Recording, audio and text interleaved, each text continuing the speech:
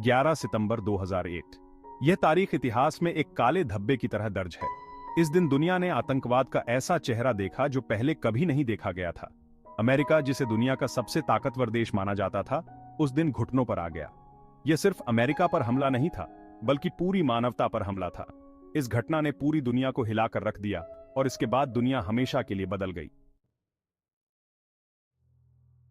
सुबह की शांति उस समय भंग हो गई जब अमेरिकन एयरलाइंस की उड़ान संख्या 11, जो बोस्टन से लॉस एंजल्स जा रही थी, न्यूयॉर्क शहर में वर्ल्ड ट्रेड सेंटर के नॉर्थ टावर से टकरा गई। सुबह 8:46 पर यह भयावह घटना घटी, जिससे 93वीं और 99वीं मंजिल के बीच एक विशाल छेद हो गया। धुआं और मलबा इमारत से बाहर निकलने लगे और नीचे की सड़कों पर दहशत फैल गई। शुरुआती खबरों में सिर्फ भ्रम की स्थिति थी। कई लोगों ने सोचा कि यह एक भयानक दुर्घटना थी, लेकिन जल्द ही यह साफ हो जाएगा कि यह कोई साधारण दुर्घटना नहीं थी। जब दुनिया ने पहली टक्कर की खबरों पर अपनी प्रतिक्रिया व्यक्त की, तो एक और त्रासदी सामने आई। 18 मिनट बाद सुबह 9:03 पर यूनाइटेड एयरलाइंस की उड़ान संख्या 175, जो बोस्टन से लॉस एंजल्स जा रही थी, वर्ल्ड ट्रेड सेंटर के साउथ टावर से टकरा गई। इस बार टक्कर 77वीं और 85वीं मंजिल के बीच हुई, जिससे एक और विनाशकारी विस्फोट हुआ। दोनों टावरों से आग की लपटें और धुआं निकल रहा था, और यह भयावह हकीकत स्पष्ट हो गई कि अमेरिका पर हमला हो रहा है। जबकि न्यूयॉर्क शहर अराजकता में डूबा हुआ था, पूरे देश में भीषण घटनाएं घट रही थीं। न्यूयॉर्क में वर्ल्ड ट्रेड सेंटर पर हमले के बाद लोगों में भय और असमंजस का माहौल था।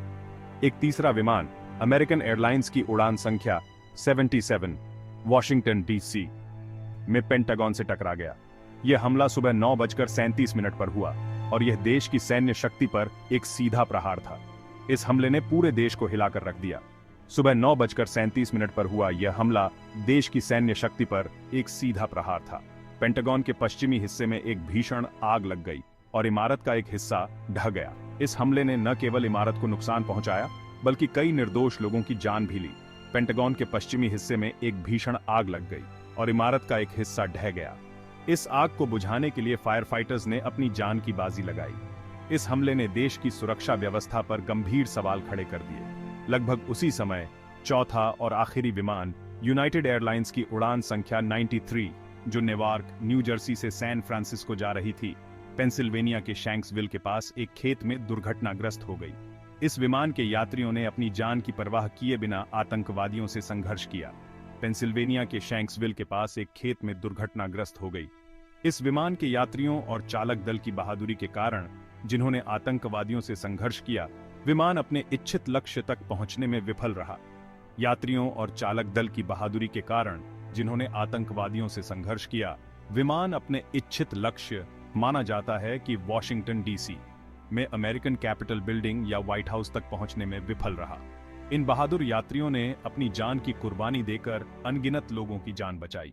विमान अपने इच्छित लक्ष्य, माना जाता है कि वॉशिंगटन डीसी में अमेरिकन कैपिटल बिल्डिंग या व्हाइट हाउस तक पहुंचने में विफल रहा।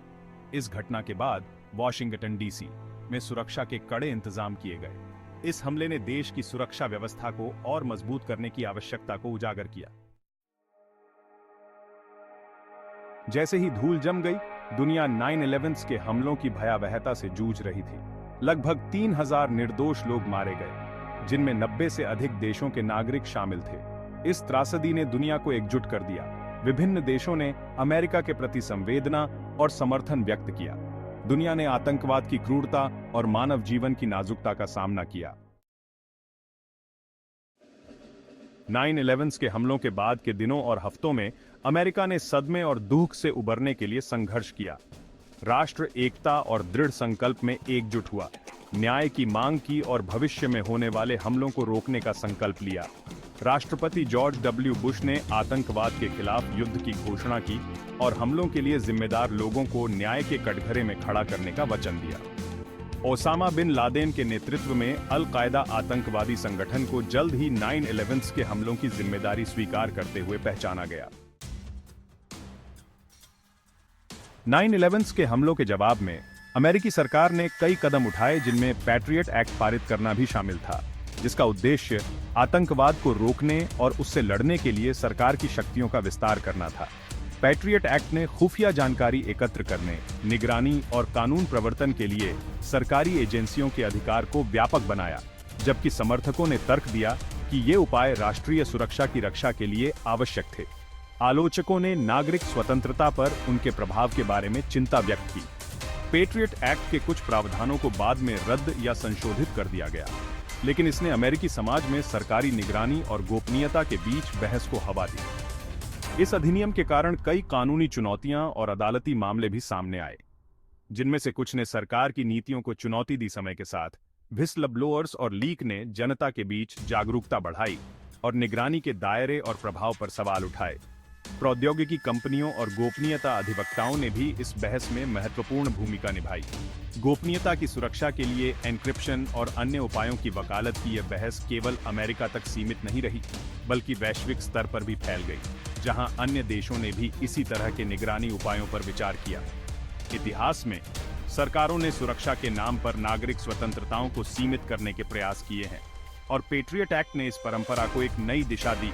जैसे जैसे तकनीक विकसित होती है, निगरानी और गोपनीयता के बीच संतुलन की यह बहस और भी जटिल होती जाएगी, और भविष्य में इसके प्रभाव को समझना महत्वपूर्ण होगा। अंततः यह बहस केवल सरकार और विशेषज्ञों तक सीमित नहीं होनी चाहिए, बल्कि आम नागरिकों को भी इसमें शामिल होना चाहिए, ताकि एक संतुलित और न्यायसंगत समाधान निकाला जा सके। सुरक्षा और स्वतंत्रता के बीच संतुलन बनाना एक चुनौतीपूर्ण कार्य है, लेकिन यह एक ऐसा कार्य है जिसे हमें मिलकर पूरा करना होगा।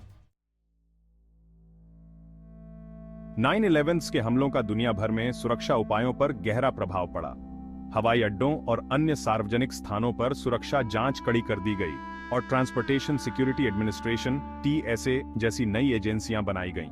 देशों ने खुफिया जानकारी साझा करने और आतंकवाद से निपटने के लिए सहयोग करने के लिए मिलकर काम किया। 9/11 के हमलों ने वैश्वीकरण और अंतर्राष्ट्रीय सहयोग के युग में भी आतंकवाद की अंतर्राष्ट्रीय प्रकृति को उजागर किया। 9/11 के हमलों के बाद मुस्लिम समुदायों और अन्य अल्पसंख्यक समूहों के खिलाफ भेदभाव और पूर्वाग्रह में वृद्धि हुई। आतंकवाद के खिलाफ युद्ध के नाम पर मुसलमानों को अक्सर संदेह और अविश्वास की दृष्टि से देखा जाता था। जो लोग मुस्लिम दिखते थे, उन्हें नस्लीय भेदभाव, उत्पीड़न और हिंसा का अनुभव हुआ। 9/11 के हमलों ने धार्मिक स्वतंत्रता और सहिष्णुता के महत्व और सभी समुदायों के लिए एक समावेशी और न्यायसंगत समाज बनाने की आवश्यकता पर प्रकाश डाला। 9/11 के हमले एक पीढ़ी को परिभाषित करने वाली घटना थी, जिसने दुनिया पर अमिट छाप छोड़ी। इसने न केवल हजारों निर्दोष लोगों के जीवन का दावा किया, बल्कि वैश्विक राजनीति, समाज और संस्कृति को भी नया रूप दिया। 9/11 की विरासत जटिल और बहुआयामी है। इसने आतंकवाद से लड़ने, राष्ट्रीय सुरक्षा को मजबूत करने और अंतर्राष्ट्रीय सहयोग को बढ़ावा देने के लिए नए तरीकों को जन्म दिया है। हालांकि इसने नागरिक स्वतंत्रता के क्षरण, मुस्लिम समुदायों के हाशिए पर जाने और अंतर्राष्ट्रीय संबंधों में तनाव में भी योगदान दिया है। जैसे ही हम 9/11 के हमलों की बरसी मनाते हैं, यह समय है जब हम एक साथ आकर उन लोगों को याद करें जिन्होंने अपनी जान गंवाई। यह याद रखना आवश्यक है कि जो लोग मारे गए, वे हमारे समाज के हर कोने से थे, और उनके परिवारों और प्रियजनों पर पड़े स्थायी प्रभाव को याद रखना आवश्यक है। उनके दर्द और संघर्ष को समझना और उनके साथ सहानुभूति रखना हमारी जिम्मेदारी है। यह दिन हमें यह भी याद दिलाता है कि हम सभी एक दूसरे से जुड़े हुए हैं। आइए हम उन पाठों को कभी न भूलें जो हमने उस दुखद दिन से सीखे थे, और उन मूल्यों को अपनाएं जो हमें एकजुट करते हैं। और आइए हम एक ऐसे अधिक शांतिपूर्ण, न्यायसंगत और संवेदनशील दुनिया के निर्माण के लिए खुद को फिर से समर्पित करें। यह समय है जब हम अपने मतभेदों को भुलाकर एक साथ आएं। 9/11 की विरासत को एक चेतावनी के रूप में काम करने दें कि घृणा और असहिष्णुता कितनी विनाशकारी हो सकती है। हमें यह समझना होगा कि नफरत और हिंसा का कोई स्थान नहीं है। आइए हम एक साथ आएं और एक दूसरे के प्रति सम्मान और प्रेम का भाव रखें। यह समय है जब हम अपने समाज को और मजबूत बनाएं, अपनी साझा मानवता की पुष्टि करें, और यह सुनिश्चित करें कि हम एक दूसरे के साथ खड़े रहें, चाहे परिस्थितियां कैसी भी हों, और उन लोगों की निंदा करें जो दूसरों को विभाजित करने और नुकसान पहुंचाने का प्रयास करते हैं। आइए हम एकजुट होकर एक बेहतर भविष्य की ओर बढ़ें, जहां हर व्यक्ति को सम्मान और सुरक्षा मिले।